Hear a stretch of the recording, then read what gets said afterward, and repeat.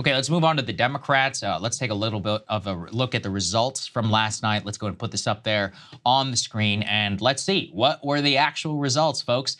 Okay, so Joe Biden, it appears, won 51.5% of the vote. We've got Dean Phillips at 19.8%. The key thing here is unprocessed write-ins. Some of those, Ryan, I think are going to go to Biden. Some could go to the ceasefire. Then you've got other write-ins. I'm not really sure what that even means. They didn't seem to tabulate it. Marianne Williamson coming in at 4.7%. So I can go ahead and give the mea culpa. I was definitely wrong about Dean. I thought he was going to overperform. I thought his name being on the ballot would come out to 30. But you know what, guys? I mean, a lot of these voters, and I saw some various interviews on, MSNBC or CNN. I was like switching through just to see what exactly some of the live conversations with these Democrats were. In general, Ryan, a lot of them were people who were just normal Democrats, and they're like, "Hey, I just came out. I like to vote." They're like, "We take this very seriously." It's New Hampshire. In New Hampshire, it's like I teach. One of them was a teacher. They're like, "I teach my kids about civic responsibility," and they were like, "Oh, cool. So why did you come out to vote?" And she's like, I just like Biden. I came in right Biden. It's just no big deal. It's like 7 p.m. or whatever." And I was like, "Hey, that's actually a very sweet thing. It's very clear This is America. that New Hampshire, to them." Overwhelmingly, the interviews that I saw on TV, but also Twitter, Michael Tracy, for example, these people take this shit seriously. Oh, yes. I mean, they really take it seriously, like coming out to actually vote. I mean, how else in a uncompetitive basically primary on both sides? You have record turnout by 50,000 some votes in the GOP primary. Decent amount of votes that were cast, in the Democratic primary. So give us your, Democratic primary take from New Hampshire last year. Right, and so far, and the New York Times breaks down the write-ins as 6,000, at this point, 6,608 other write-ins. Yes. And I would think almost all of those are ceasefire. Okay. Except when will we know that? Do you know? In the next day. Like today, we should know today or tomorrow. Okay. All right. Which I had, the organizers in the campaign were talking hundreds or maybe low thousands. So if they ended up over 6,000, that's a pretty significant kind of beats viral Marianne Williamson. That's pretty crazy. It will. It looks like they're going to beat Marianne Williamson, who only had 5,000 votes and just under 5%. Right. Then there's unprocessed write-ins, which they describe as just ones that haven't been counted yet.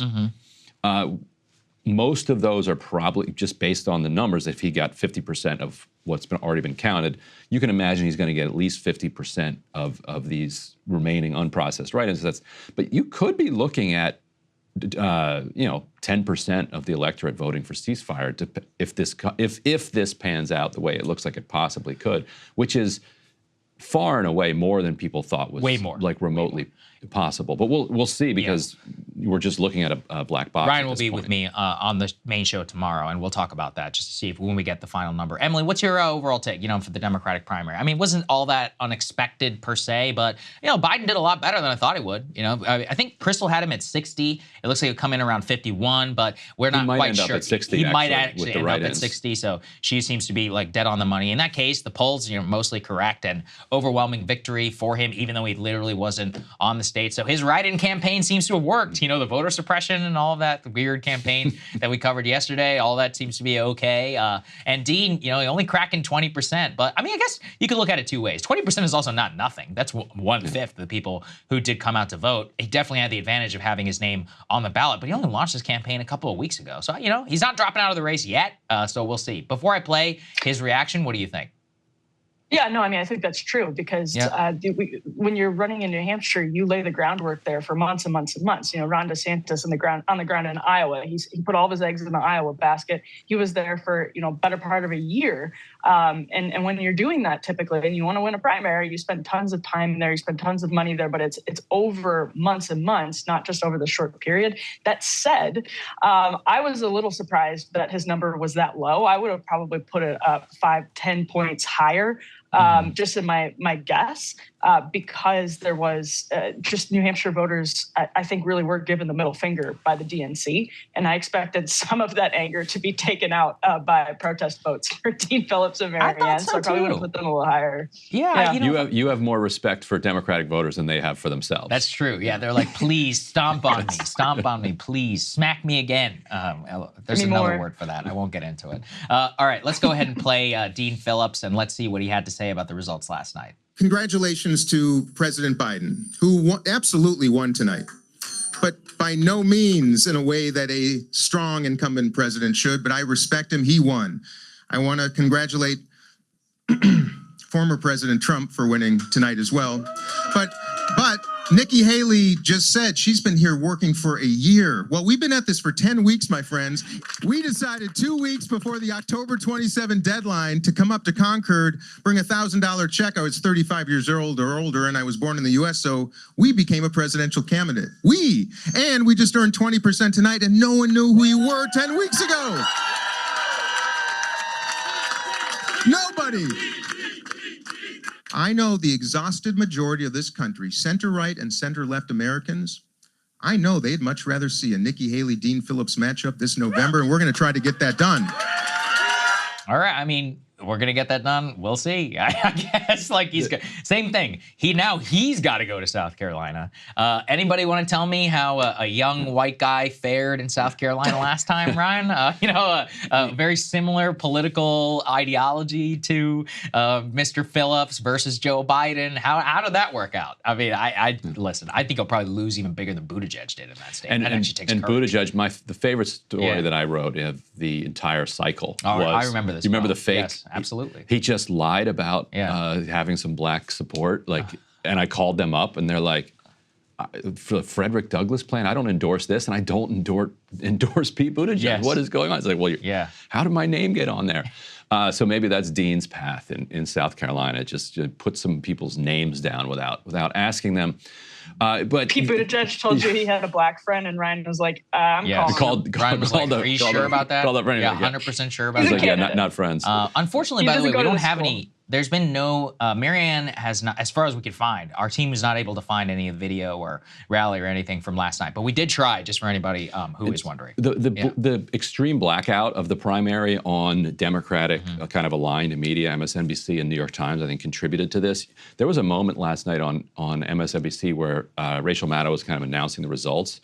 And she says, and she reads out the totals, and for Ms. Williams, she reads her total. Yeah, that's right. She's like, that's Marianne. Her name's Marianne. And she literally didn't know her name. And Mr. Phillips, his name is Dean, and she then congratulated herself for like getting their names right.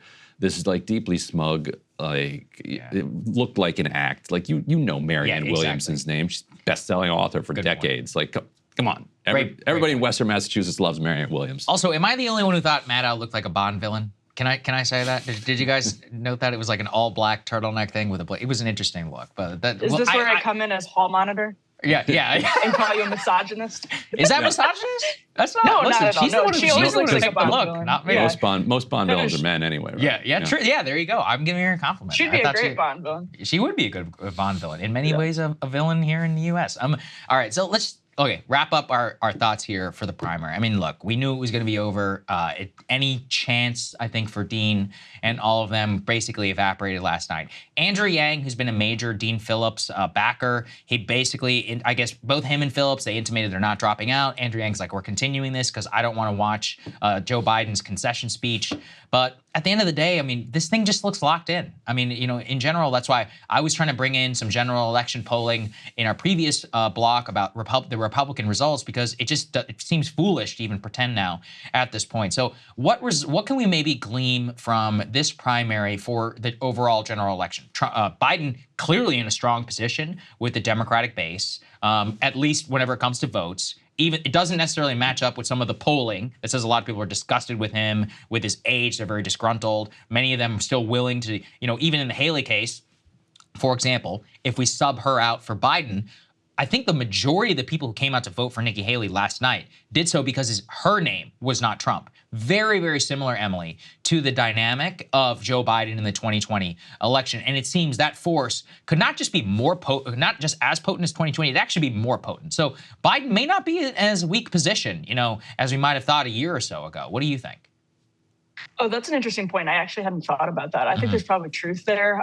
The other thing I would say is, when we're looking at the general election from primaries, I don't know. I never know what to draw from it, just because, to your point, one of the reasons I think Dean Phillips and probably Nikki Haley too, I think this maybe applies to both of them, wants to stay in the race, is that in a black swan event with something unpredicted with Biden's health, or I shouldn't say unpredicted, because a lot of people have made predictions about Joe Biden's health.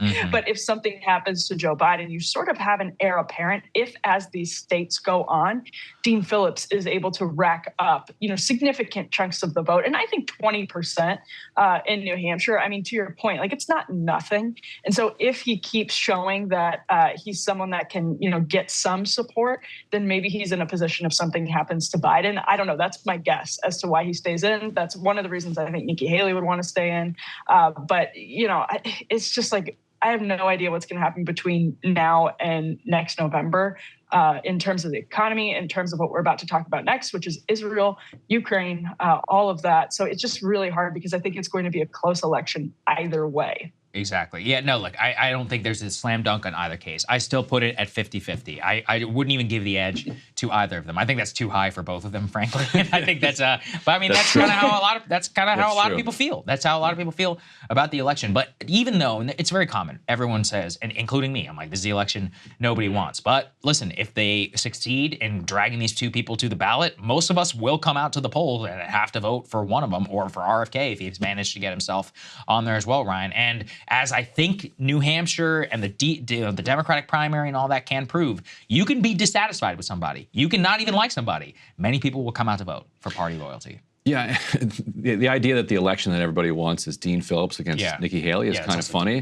But also I think what that is actually expressing is this kind of aspiration that people are not as angry as they are and that the world is much calmer and chiller than it actually is, because that's a world in which you could imagine a Dean Phillips versus a Nikki Haley, where it's really hard to tell what they even necessarily disagree about. Yeah, right. But that's not the public that we have. That's not the world we have. And that's not the world that has been kind of, deliberately engineered by the people who are now frustrated that we don't have that peaceful world. Very true. Okay, I'm going to drop off now, and the people who are watching this sequentially will see me in the Oscars block. Hey, if you liked that video, don't forget to hit the like button and subscribe to Breaking Points. If you want to see the rest of Counterpoints, go to breakingpoints.com to become a premium member and get the full uncut show every morning in your inbox and on Spotify. Help us build independent news and get the full show every morning at breakingpoints.com.